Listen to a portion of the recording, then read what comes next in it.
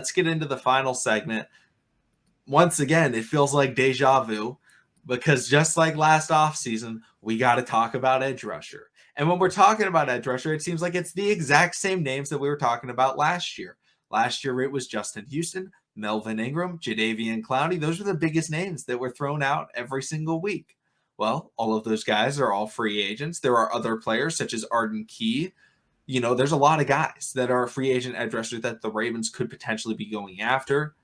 Joshua, do you have a favorite or a guy that you really want them to target? Is it bringing back Justin Houston, the Yoda to Odafe Oweh's, Luke Skywalker? Or do you want to bring in someone younger like an Arden Key or, another veteran like a Melvin Ingram or a Jadeveon Clowney?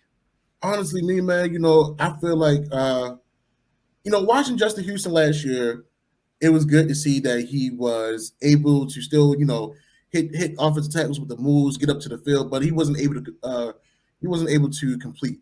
Now, when we watch Terrell Suggs and Elvis Dumerville, we talking about two, Pro Bowl names. Both was pushing 30, if they wasn't already in their 30s. Still getting to the backfield, meeting the quarterback at the club.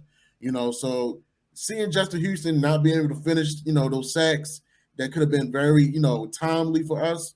It kind of did put me in it put me in a whirlwind because yes, we like the pass rush, but at the same time, it's like, dang, we was right there. We was that close. Like, come on, man, pull it in. So, honestly, me, I would actually want to go younger.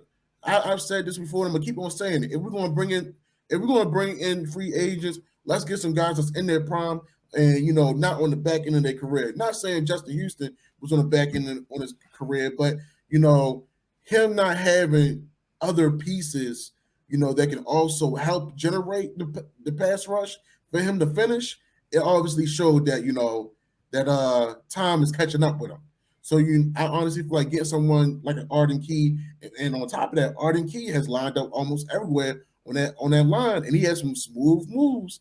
He'll put a move on the offensive guard in a heartbeat, and let alone if he put a move on the offensive guard, it's going to be even easier putting a move on the left tackle. What about 6'5", 240 pounds? So and I know he got a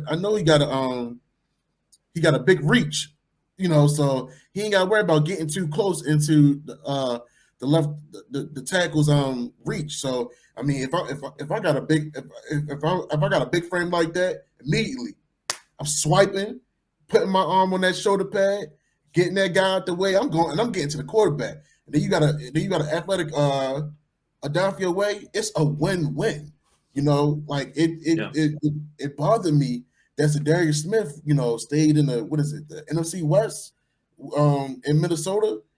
I mean, I guess because it's familiar, that's cool. But do you not realize that your whole career was based off of eating on your opposed off the opposite side of your edge rusher?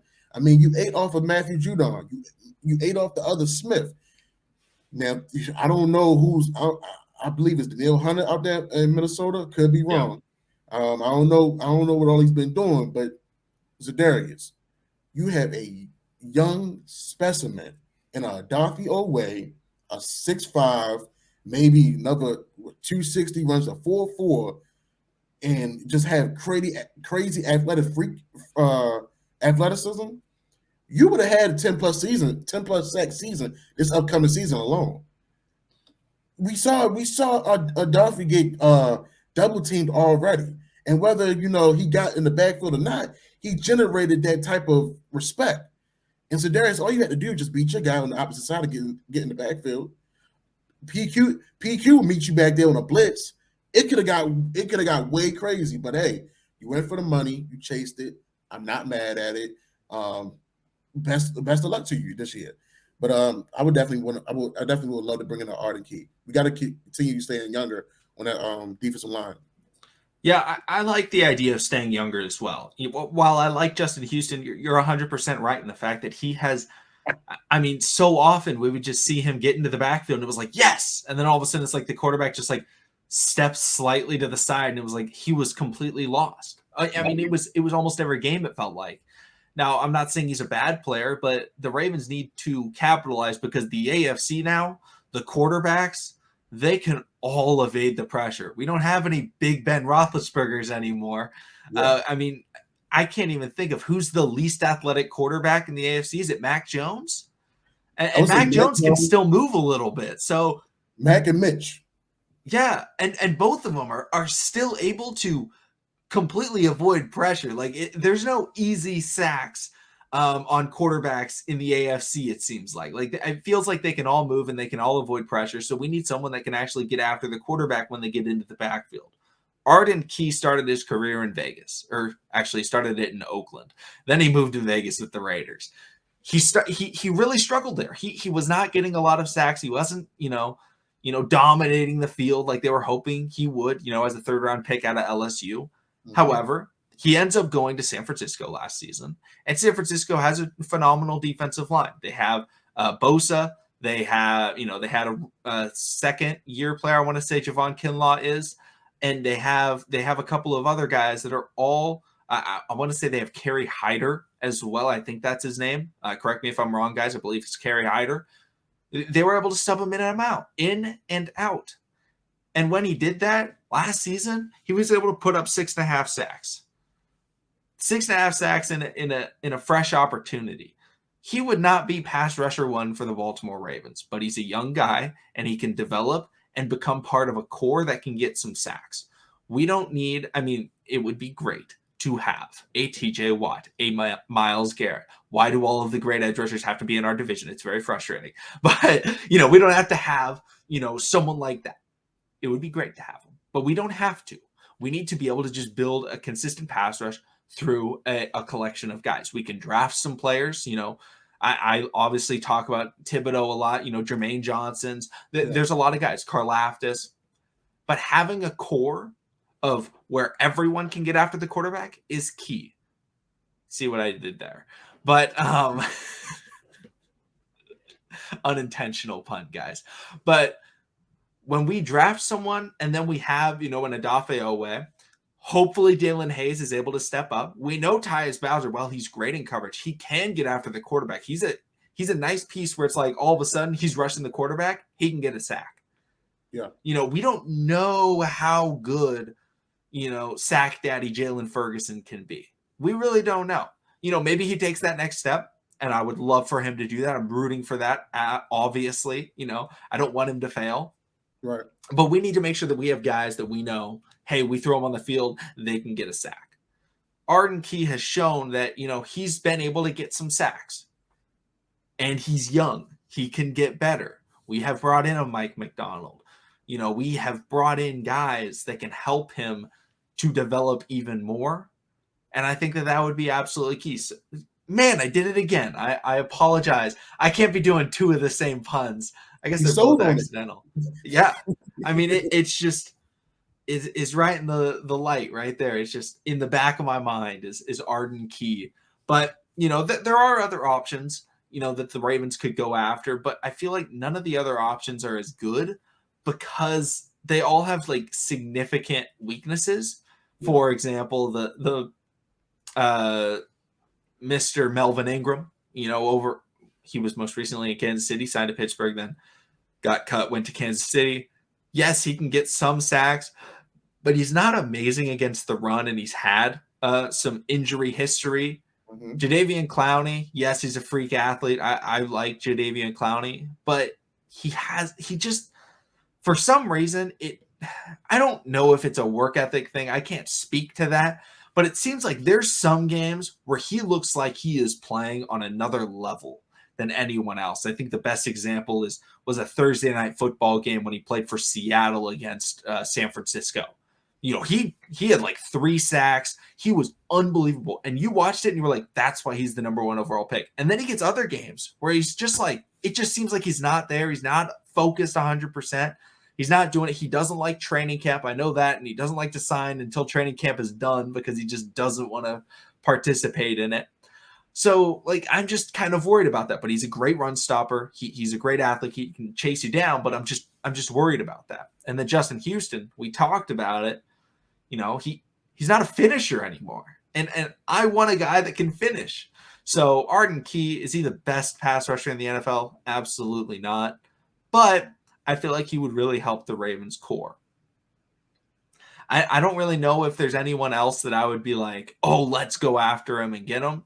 There are definitely guys where if we signed them, I would be like, okay, that's not amazing, but it's a guy. But I feel like Key is a little bit more than just a guy, and it would be like, oh wow, we actually got him. That's good. So that's my thoughts on the edge rusher spot, because I am heavily in favor of drafting edge. So I feel like we don't need to go and spend a ton of money on edge, but if we can get a guy like Arden Key, that would be pretty solid in my opinion. Yeah, no, I definitely agree with you. I mean, if we were to bring in Arden Key, I would still say, hey, let's go get us a future Pro Bowler. I say let's still go up there and trade up. Let's go get Thibodeau, or let's sit at 14. Let's go get Kalafdis. And people say Kalafdis is broad. I'm like, I don't know about that. Have y'all watched those Purdue Bowler games?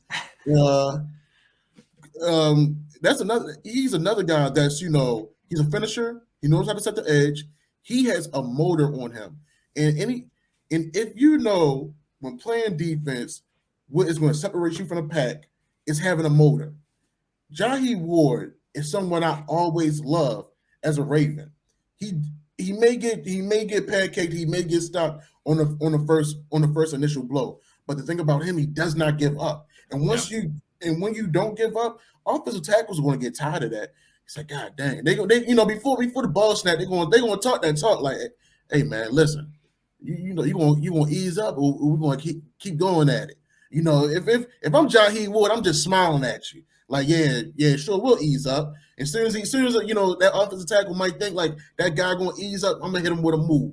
I'm gonna get in his chest. I'm gonna punch him. I'm gonna do whatever I gotta do to create havoc. And George Kalafdis does not give up. If he over pursues, he runs. He goes after it. So finding someone else along Adafi that don't mind chasing you down, I'm all for it, So I mean, you gotta look at it like that, guys that play sports, you all know it's 90% mental and 10% physical. If you can talk that talk and you can never and you just stay on a person, I mean, the sky's the limit. I mean, look at one of the best quote unquote intimidation moves was Matt Barnes trying to fake at Kobe Bryant. And it did not phase Kobe. I mean, Jordan, while he was during the game, he'll talk some of the nastiest talk to you, and he will back it up. So I mean, it's finding those guys that are willing to keep on going the distance. So the only person that I would be okay with us picking up is maybe Trey Flowers.